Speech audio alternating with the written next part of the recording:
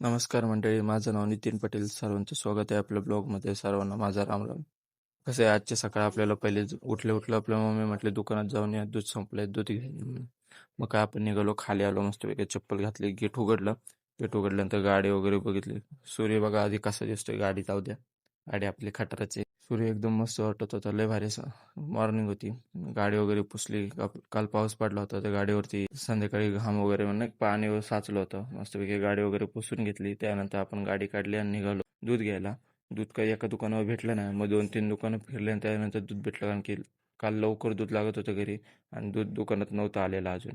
नंतर दूध घेऊन आपण घरी आलो. घरी आल्यानंतर मम्मीकडे आपल्या दूध देऊन दिलं आणि आपण घेतलं आवरायला, की आपल्याला टाईम होत होता. मग काही दूध ठेवलं आणि तसंच आवरायला घेतलं. दास ब्रश वगैरे केलं, नाश्ता वगैरे करून डायरेक्ट कामावरती आलो.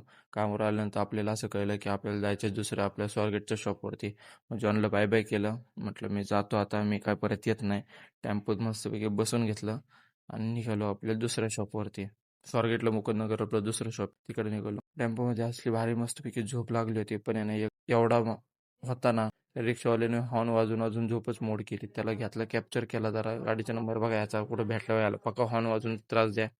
त्यानंतर मग वातावरण असं झालं बाई, लय मस्त पाऊस पडेल असं वाटलं. पाऊस काय आलाच, येतच नव्हता. म्हटलं येऊ देत पाऊस. नंतर पोहोचलो आपण शॉपवरती. मुकुंदनगरला फॅशन फॅक्टरीच्या खालीच आपलं व्हॅल्यू सिटीचे हे शॉप आहे. नक्की भेट द्या एकदा.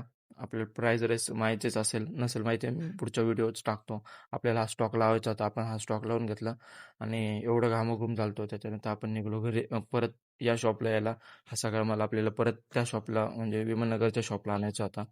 गाडी काढली, गाडीमध्ये डिझेल भरलं. डिझेल भरल्यानंतर भाऊने मस्तपैकी डायरेक्ट कॅशच काढली, कॅश दिली पेट्रोलवाल्याला आणि गाडी काढून आपण आलो डायरेक्ट शॉपवरती. शॉपवरती माल टाकला आणि त्यानंतर आपल्या रिक्षा पकडून आपण आलो डायरेक्ट घरी. असाच होता आपला दिवस. भेटूया पुढच्या ब्लॉगमध्ये. जय महाराष्ट्र. आणि हां, आपण आपल्याला सबस्क्राईब करताय काही जण, खूप कमी जण सबस्क्राईब करताय आणि अनफॉलो मारतात इन्स्टावरून. तर भावांनो, सपोर्ट करा.